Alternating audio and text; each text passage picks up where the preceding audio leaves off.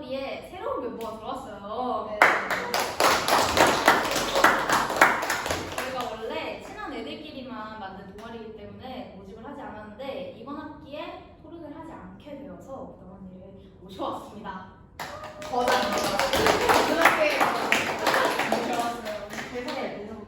아무튼 본론으로 돌아와서 이번 학기에 할 활동을 소개를 해볼게요.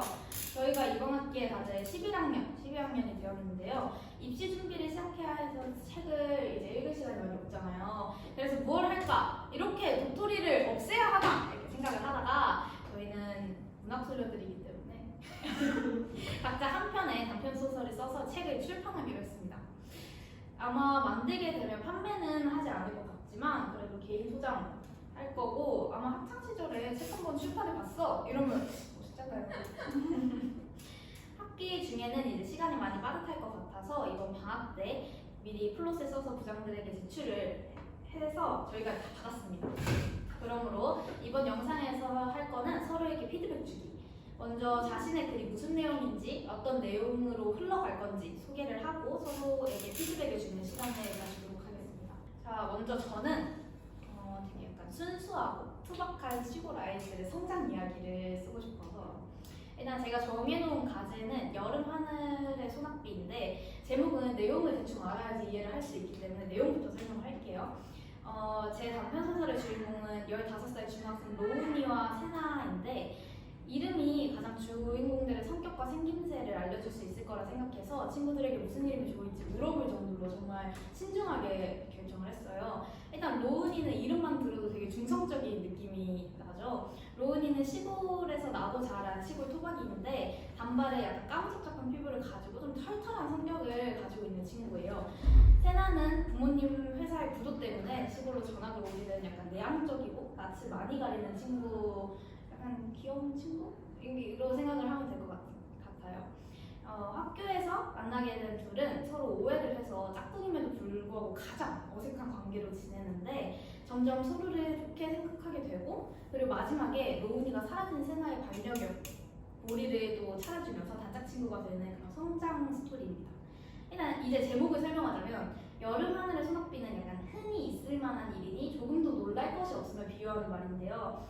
로운이가 세나를 싫어했던 이유는 바로 약간 어릴 적에 한 번쯤을 겪는 선망과 질투 때문입니다. 다들 너무 누군가가 착하고 예쁘면 아니면 누군가가 너무 멋있거나 그런 그 사람을 너무 좋아해서 질투가 날 때가 있잖아요. 그래서 저는 그 단편 소설을 통해 그런 경험, 이제 흔히 있을 만한 일이니 마음껏 싫어하고 좋아해도 괜찮다는 메시지를 전하고 싶었어요. 저는 뭔가 그러니까 느낌이 무슨 느낌이냐면 초등학교 때 방학 숙제로 권장도서 다들 읽어보라고 막 하잖아요. 그 권장도서 중에 한 권?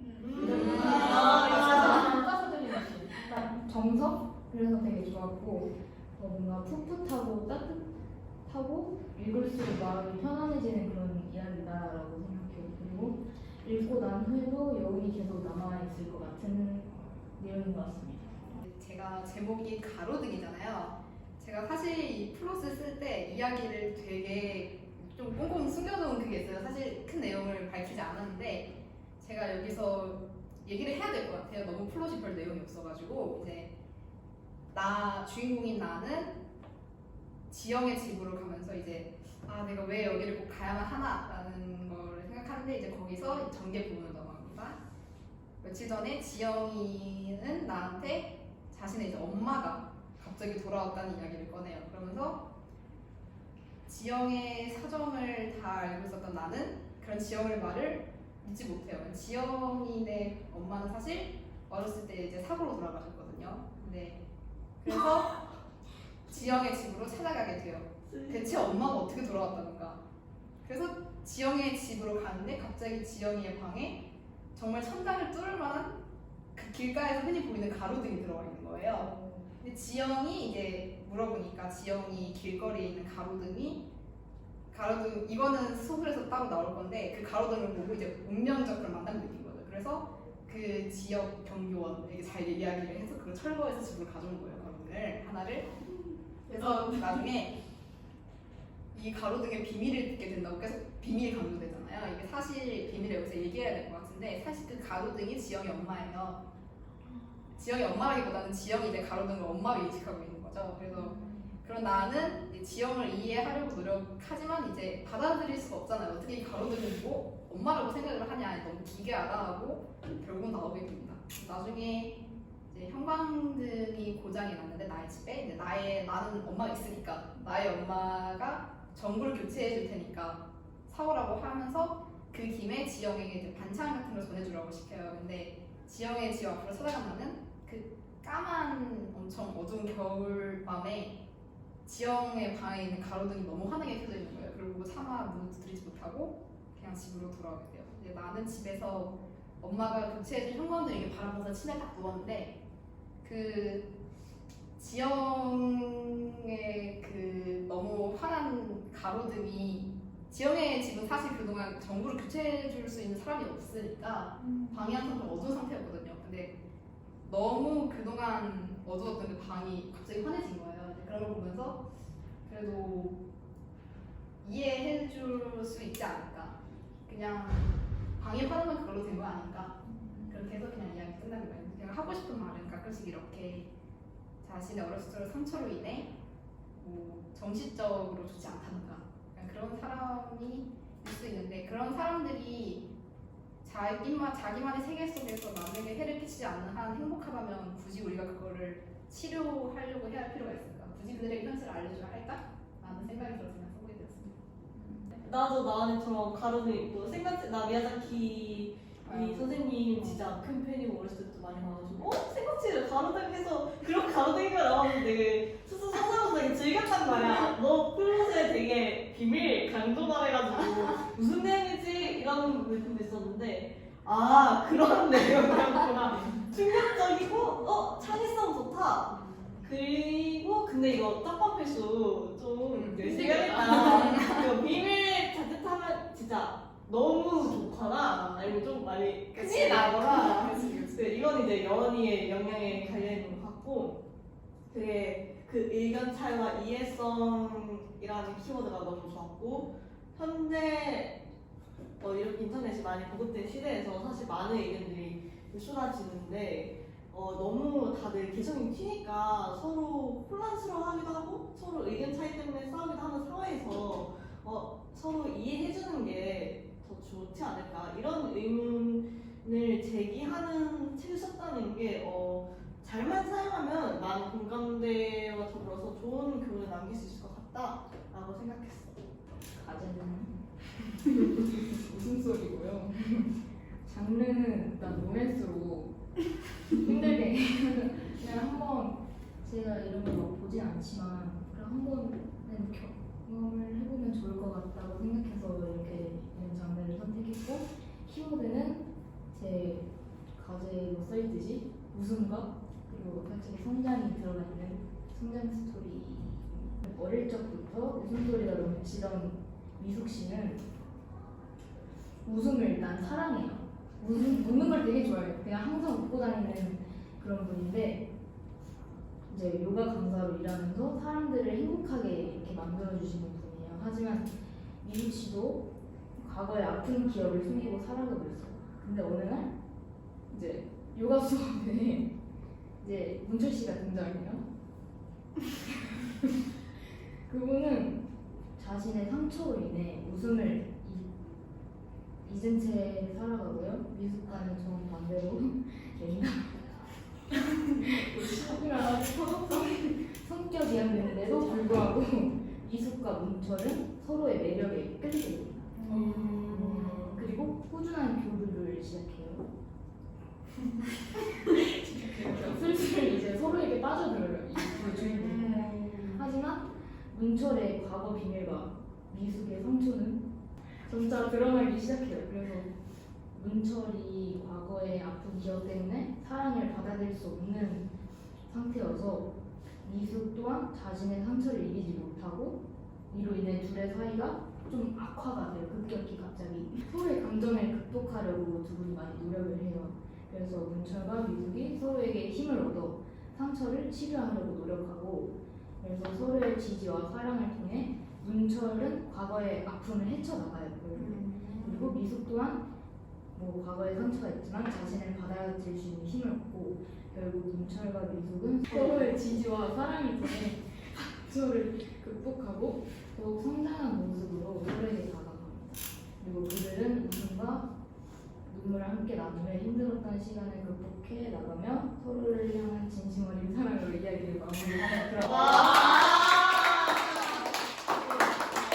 저는 이제 하영이가 로맨스를 쓸 줄은 아무도 몰랐을 것 같은데 일단 마지막으로 받은 플롯이라 이제 기대가 가장 컸는데 그거를 이길 만큼 재밌지 않았나. 제목부터 웃음소리 느낌표길래 뭘까 기대했는데 여주인공이 웃음 요가봉사라는 요소가 되게 신박했던 것 같아요. 그러니까 소설이나 웹툰이나 뭐 드라마나 그런 데서 흔히 볼 수 없는, 그리고 장르가 로맨스인 만큼 그러니까 서로의 상처를 잘 아물도록 도와주고 점층적으로 사랑에 빠지는 장면을 우리 하영이가 잘 써내려갈 수 있을까 꽤나 걱정을 했지만 그래도 하영이 원래 유쾌하고 재밌는 사람이니까 웃음 포인트를 잘 살려낸 로맨스 코미디가 되지 않을까 싶어요. 제 내용은요, 약간 이 칼블레인 사건에 영감을 받아서 더 써봤는데요. 약간 좀 구체적이게 써봤어요. 좀 짧네요. 그래서 약간 이름도 약간 되게 흔한 아저씨 이름으로 써봤고요. 약간 민간인들도 옆에서 약간 원하는 그런 역할을 구체적으로 써야 되는데, 그리고 약간 인터넷에 많잖아요. 그런 조직 저도 모르지만 그냥 그걸 좀 넣어봤고 결말을 어떻게 할까 해서 이 살인을 생각하면서 약간 제가 보았던 미국 만화 리앤모티 영감을 받아서 약간 약간 한 화가 생각나는 거예요. 약간 매일 이 마을에는 살인날이 있다. 이날은 귀족들은 파티를 하고 민간인들은 서로 죽이는 그런 날로 약간 풍자했거든요. 삶의 사회를. 그래서 약간 이거를 좀 베이스로 좀 써보자 해가지고 그래서 좀 극단적이게 써봤습니다. 약간 좀 현실과 좀 멀지만 약간 풍자하는 식으로. 네. 저는 이 플롯을 처음 볼 때 상상치도 못한 디테일한 플롯에 너무 깜짝 놀랐고, 그리고 현대 우리 사회에 문제된 점을 소설로 쓸 생각을 한 게 되게 흥미로웠고, 또 결말이 또 윤리적인 토픽에 대해 더 깊게 생각할 수 있는 그런 결말이라서 되게 좋았어. 내 소설에 가지는 푸른 바다라는데 나도 되게 좀 비유적으로 쓴 거거든.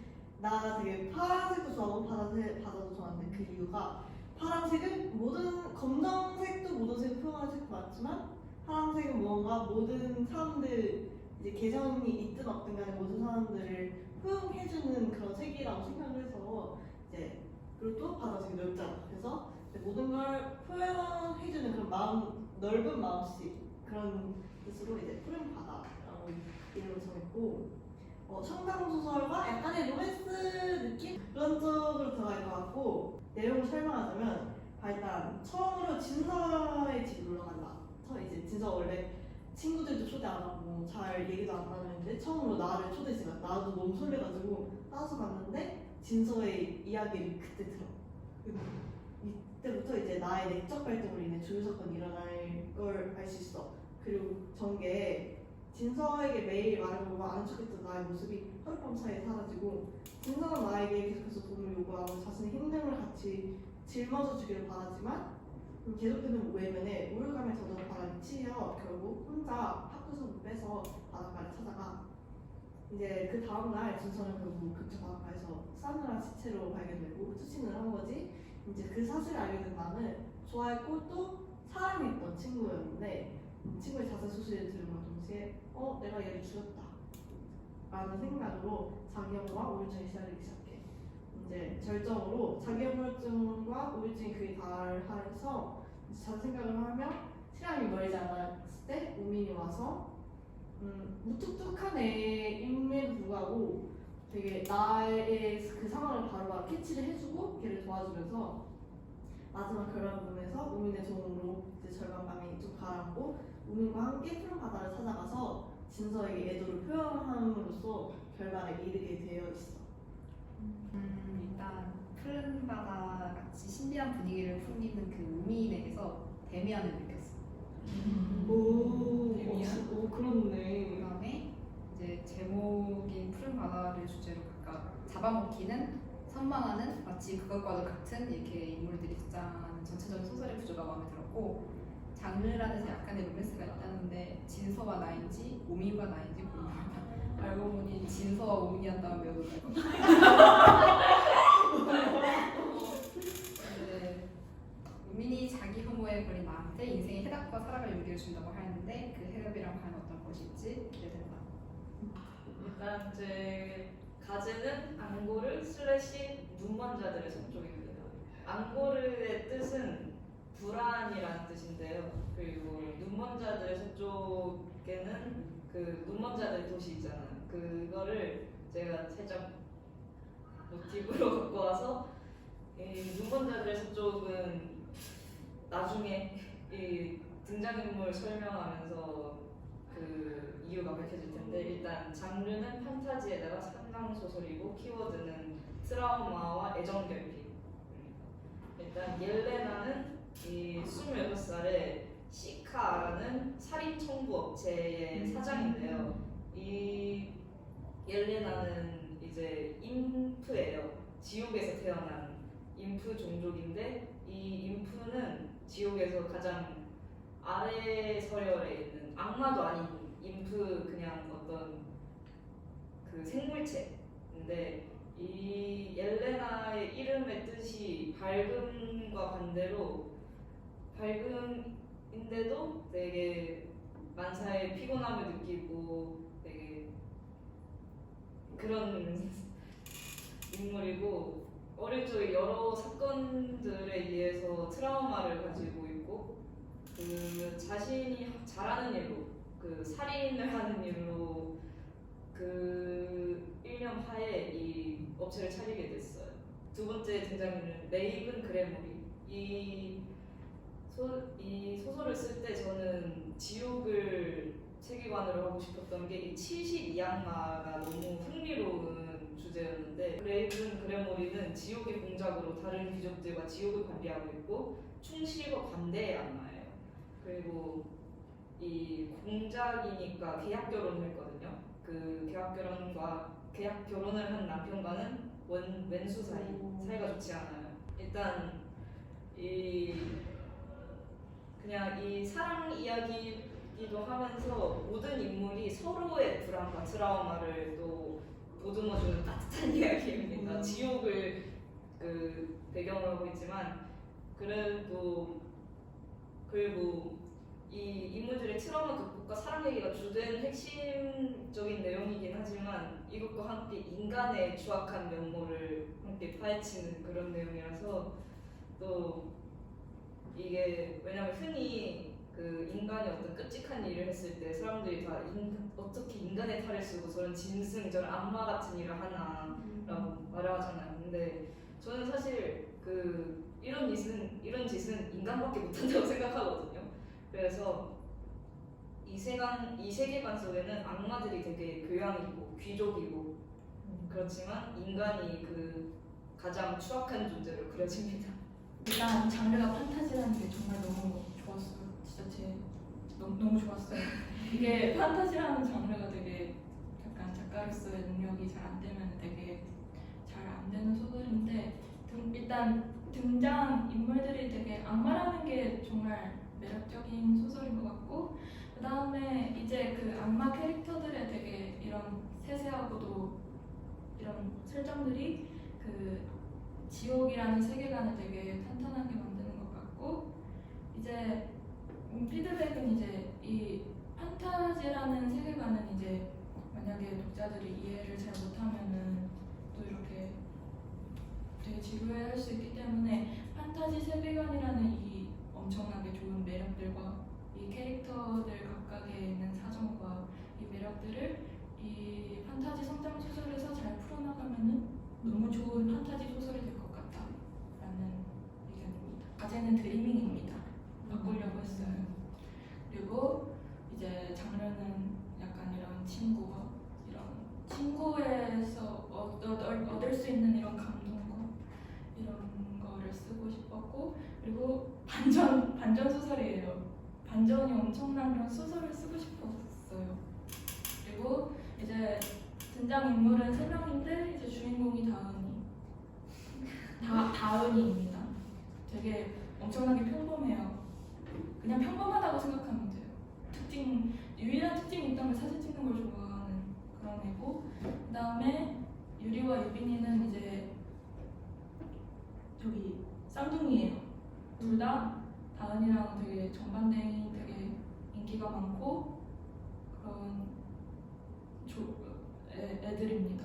발단과 전개에서는 이제 전학 온 거를 쓰고 이제 둘이 전학을 왔고, 그 다음에 둘 다 되게 다은이와 되게 친해지고 싶어하는 그런 인물들이고, 이제 발단과 전개에서는 되게 둘이 친해지는 걸 쓰는 약간 그런 잔잔한 그런 학원물을 쓰다가, 그 다음에 위기 때 갑자기 약간 좀 곡선을 쓰고 싶어가지고 이제 사진을 찍는데 다은이 눈한테만 둘 다 안 보이다가 갑자기 또 눈에 보이고 약간 그런 곡선을 쓰고 싶었고, 그 다음에 절정 때 모든 걸 다 얘기할 거예요. 반전으로. 이제 절정에 보면은 이제 다은이가 사실은 되게 불쌍한 애예요. 되게 왕따도 당하고 자퇴를 하고 이제 자살을 생각하고 있다가 자살을 하게 되고 높은 곳에 떨어져가지고 식물인간이 돼요.